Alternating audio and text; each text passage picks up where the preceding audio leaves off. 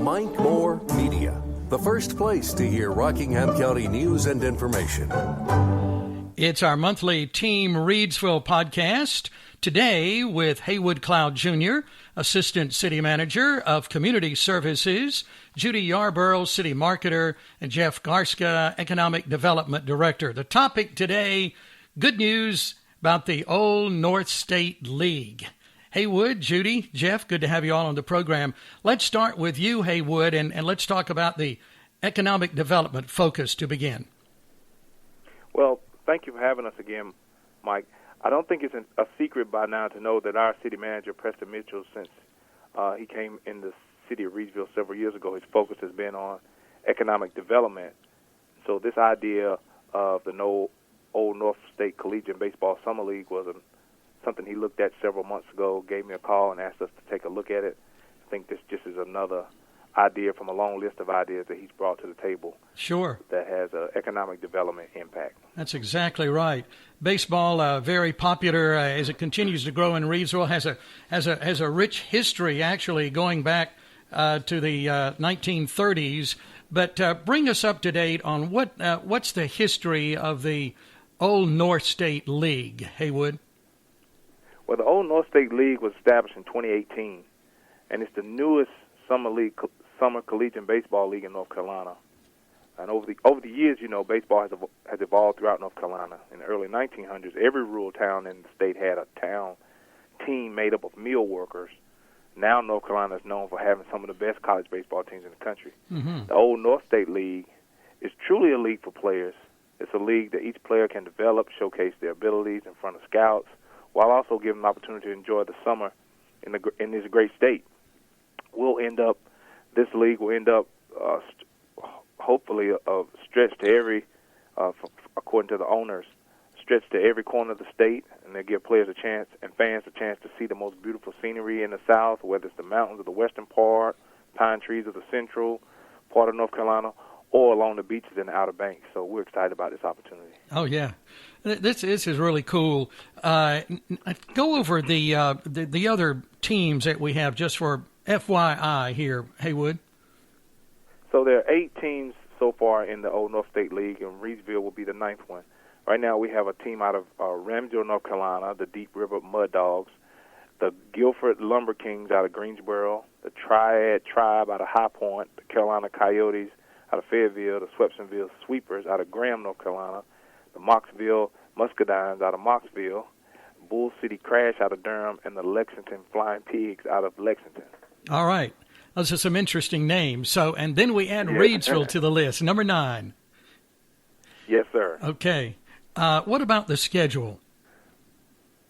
Well, it looks like so far the season will be from June 1st to July 31st. They play summer collegiate baseball during their college off-season. It'll be roughly about 30 to 40 games, with half of those being at home. They've played this year, but of course, because of the pandemic, there have been some places where only 25 fans were allowed, and in other places, no fans.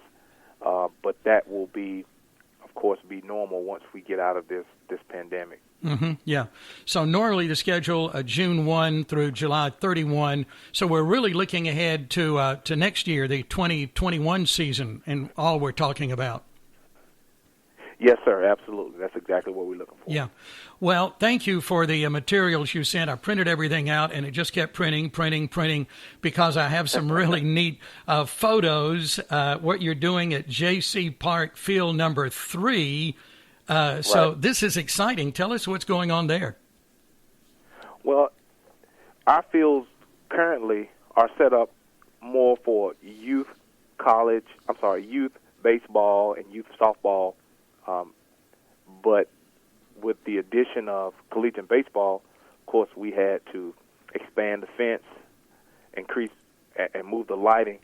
Right now, it's about field 3 is like 300 feet currently. Mm-hmm. But once we do the expansion, it'll move from 300 feet to 330 in left field, 380 in center field, and then we're going to do something neat and have our own version of the Green Monster, like the Boston Red Sox, in right field, and it'll be about 315 feet. So it's going to be fun to watch those guys that try to hit it out the park over there. Oh, sure, yeah.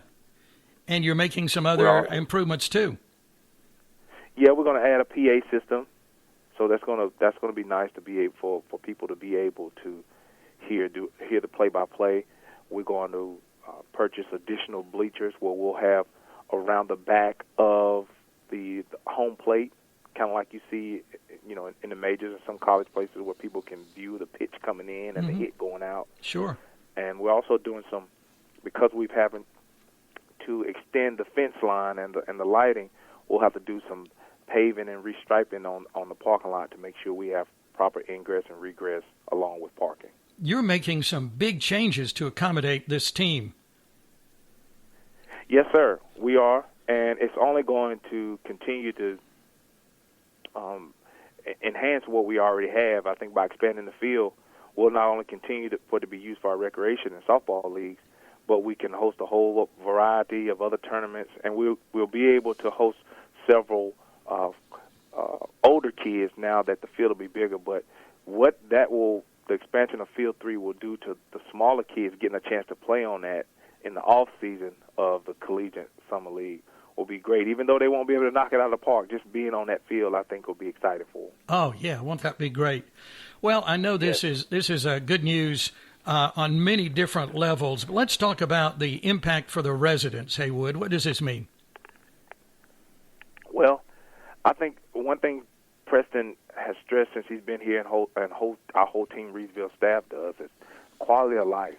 I think it provides a unique opportunity for our citizens to experience a night out at the ball game.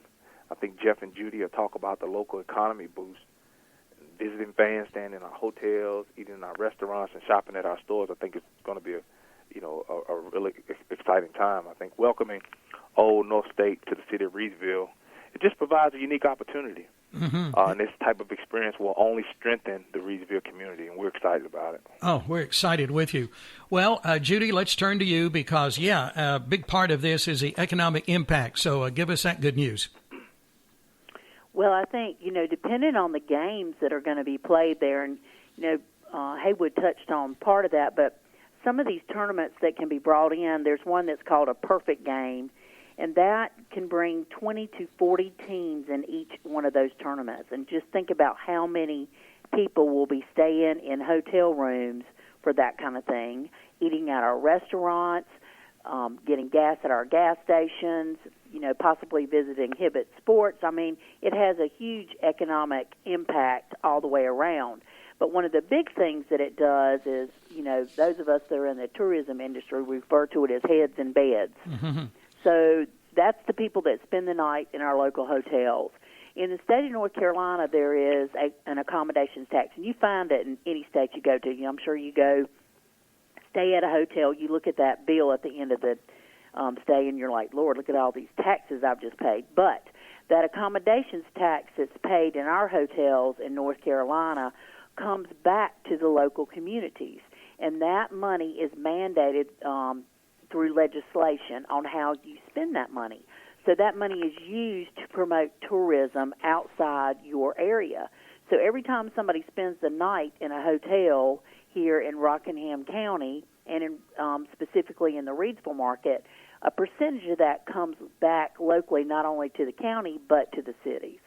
So it's a great economic development tool all the way around. Mm-hmm. It really is.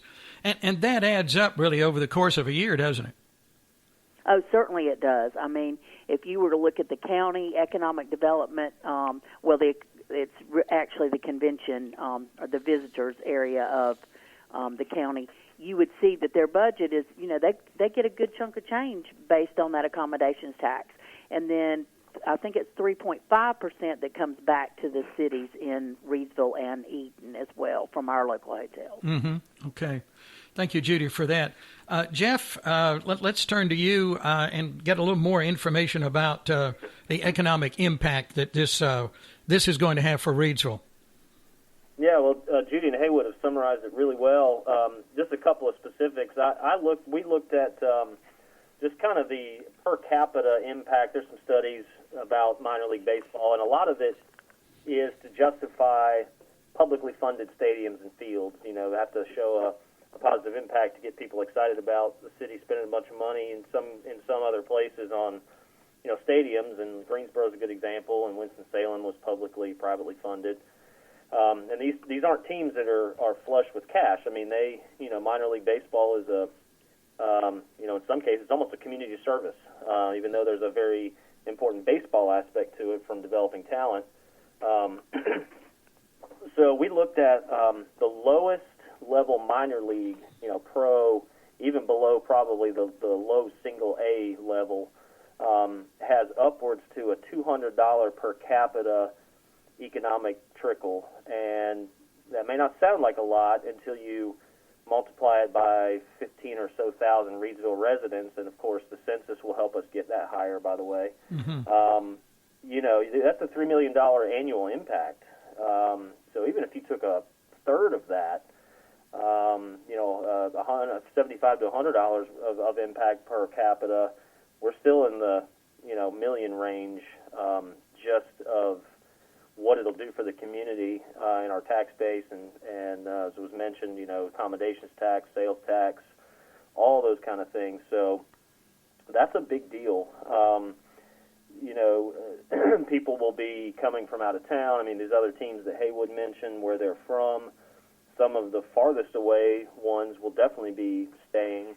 A lot of the players are local, to the region. They may go to Elon or UNC Greensboro, and they play in these leagues, which is great, because another impact we see is, these are folks that are going to be graduating college in not too distant future and looking for a place to settle and a career. And if Reidsville can put its best foot forward with a Class A facility, showing off our quality of life, other things that there is to do here, we may attract young families.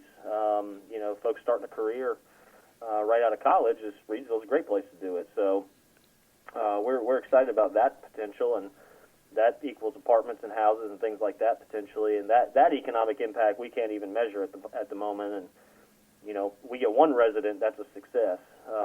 So we're excited about that, and we know Reidsville is going to absolutely shine from an attractive standpoint to get some of these folks. But it's really about just diversifying the economy, and we've done a great job of that. Again, the city manager has been a great leader, and city council really in particular. There's just so much that this can bring. We lose an industry and some taxes, and we pick up, a baseball league. We get some new retail. We've got some things downtown that are going to transform the city. So you put all that together, and we're able to stabilize, the city's funds to be able to provide those services back to our citizens and visitors. So a lot of really positive outcomes of this. We've also talked, there's just been some very conceptual talk about some of, when the full collegiate season starts in the spring, a lot of those schools from the north can't play yet, Penn State, Purdue, Syracuse, places like that, and really maybe not that large, but some of the smaller schools from the Northeast and the Midwest, they travel south for the first probably third of their collegiate season, which is difficult, not playing in your hometown. But a lot of times they'll look at neutral venues to have a little tournament. Could be UNCG, Elon, and I don't know, Amherst, Massachusetts baseball. I don't know, whoever it may be, to attract some of those regular season NCAA collegiate level opportunities as well. And you can imagine what that would bring, for a weekend or a week-long tournament for those schools to come down. And again, it's just another way for us to host out-of-town folks and put a good impression out there. Mm-hmm, sure. Well, I know we're looking at things immediately, but it really has a long-lasting economic impact too, doesn't it, to Jeff and Judy? Yeah, it does, and it gives our people something else to do. Family-friendly entertainment is what we hear a lot about. People were bummed out that the bowling alley shut down, and we've had folks looking at all kinds of quality of life projects, movies. I mean, just you name it, that this will help fit into that dynamic and give those people more of a reason to open a restaurant if they see the value and being able to attract revenue. So it will trickle down into all kinds of ways. And Judy, like you mentioned, can probably talk about that as well. Yeah. Okay, Judy. Well, I mean, I agree. It's a huge trick